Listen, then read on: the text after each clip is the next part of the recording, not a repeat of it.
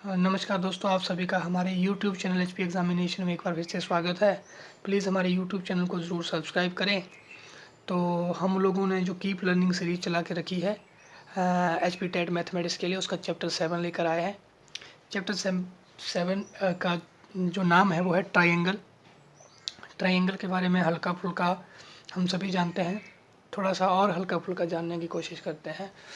Triangle है ये। Triangle mainly 3 प्रकार की होती है। दिस इज समबाहु, समद्विबाहु एंड समकोण, equilateral, isosceles and right angle triangle. ठीक है। समबाहु बोले तो जो ऑल एंगल्स होते हैं वो 60 डिग्री के होते हैं एंड ऑल साइड्स इक्वल्स होती हैं। एरिया जो होता है इक्विलेटरल ट्राइंगल का अलग से होता है √3/4 इंटू साइड स्क्वायर। जिनको ये दिखाई नहीं दे रहा है वो सुन ले, √3/4 इंटू साइड का स्क्वायर। डन।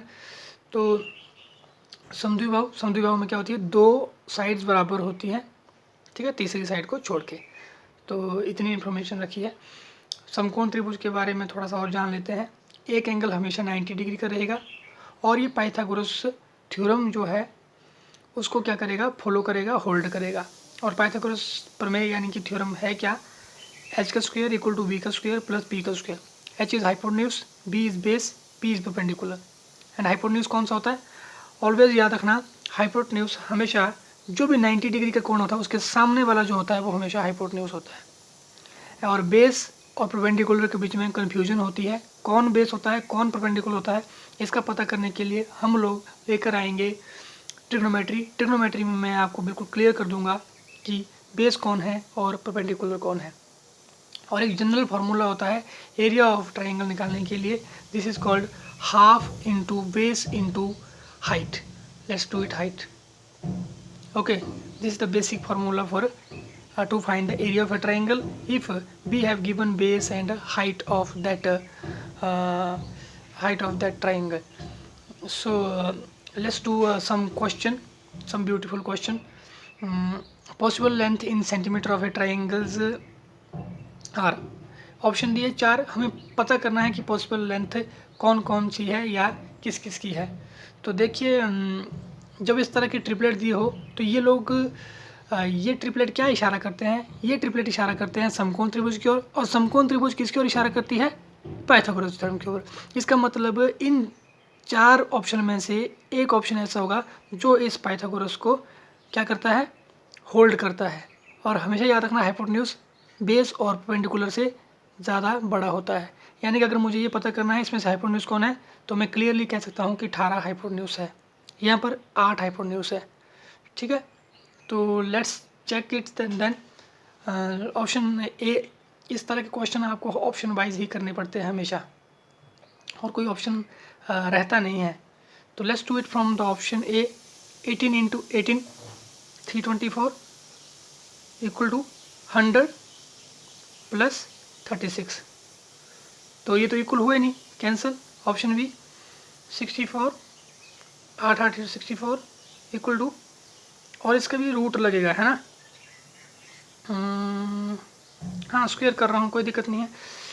64 36 एंड 4 40 नहीं हुआ। इसका देखते हैं 15 225 100 प्लस 64 बिल्कुल नहीं। तो इसका मतलब ये ऑप्शन होना चाहिए 400 144 प्लस 64। सो ये तो पाइथागोरस थ्योरम कोई भी होल्ड नहीं कर रहा है।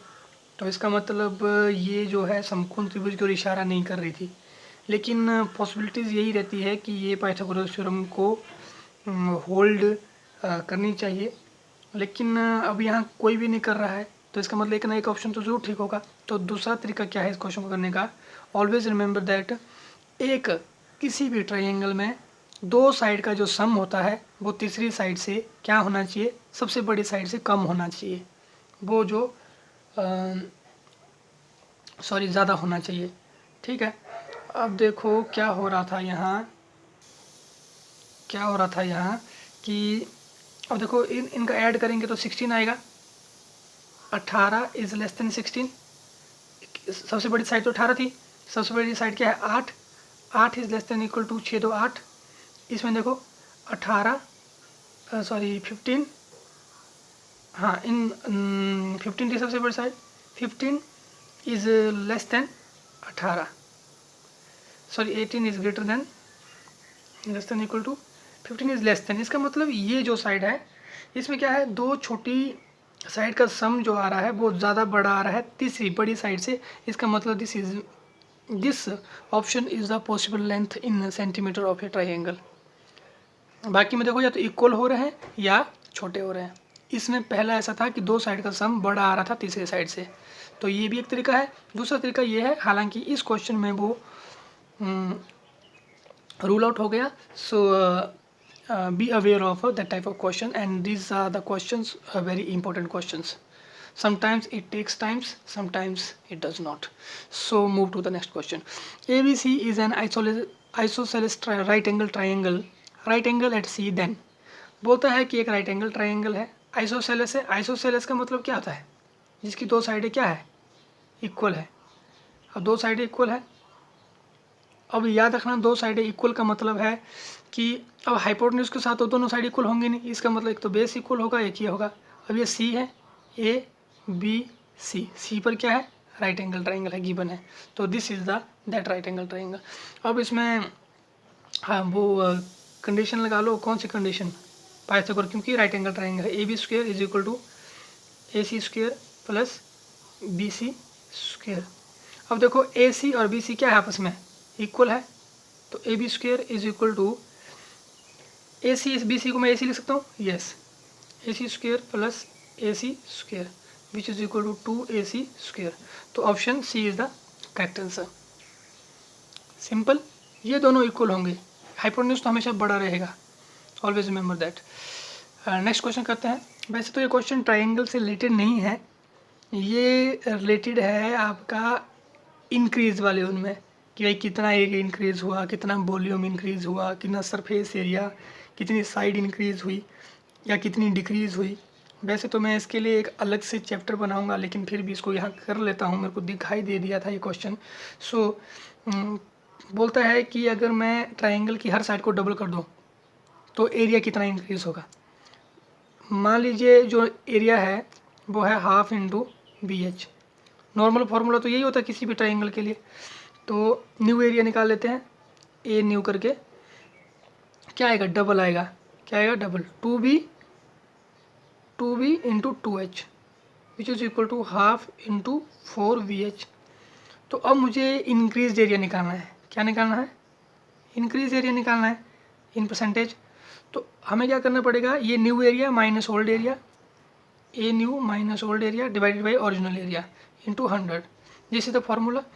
तो let's do it, half 4vh minus bh, ये हाफ मैंने क्या कर लिया, कॉमन ले लिया, and original area is nothing but half bh into 100। So half half cancel हो गया, 4bh minus bh 3vh divided by bh into 100, bh bh cancel 300%। So option A is the correct answer. तो इस तरह से ये triangle का question नहीं था, इस तरह की चैप्टर अलग बना दिया जाएगा आप लोगों के लिए। हाँ, एक चीज़ बचती है अब इसमें, कभी कभी आ जाता है हीरोइंस फार्मूला। किसी भी ट्राइंगल का एरिया निकालने के लिए heroines formula is a very good formula, very working formula. लेकिन इस फार्मूले की एक कोई प्रॉब्लम है कि इसमें आपको साइड गिवन होनी चाहिए, ए बी सी। किसी भी ट्राइंगल की अगर तीनों साइडें गिवन है तो we can find out the area of any triangle. तो ये तीन साइडें हैं A B C. S is a semi perimeter, और सेमी पेरीमीटर निकालने का जो फार्मूला होता है, तीनों साइडों का sum divided by 2। Semi perimeter एक बार निकल गया तो उसके बाद एरिया का फार्मूला जो हो जाएगा वो हो जाएगा root, whole root, S into S minus A, S minus B, S minus C. मुझे मालूम है ये सभी को आता होगा, मैंने इसका एग्जाम्पल नहीं लिया है क्योंकि एग्जाम्पल लेने का कोई मतलब नहीं रह जाता है। अगर आपको फार्मूला समझ में आता है तो आप किसी भी एग्जाम्पल को कर सकते हैं, क्योंकि मैंने पिछली वीडियो में रूट निकालना भी सिखा दिया था। तो होपफुली आप लोगों को ये वीडियो अच्छी लगी होगी। अगर आपको ये वीडियो अच्छी लगी है तो इस वीडियो को ज़रूर लाइक करें, शेयर करें, और हमारे यूट्यूब चैनल को ज़रूर सब्सक्राइब करें एंड बेल आइकन को ज़रूर हिट करें। And thank you so much.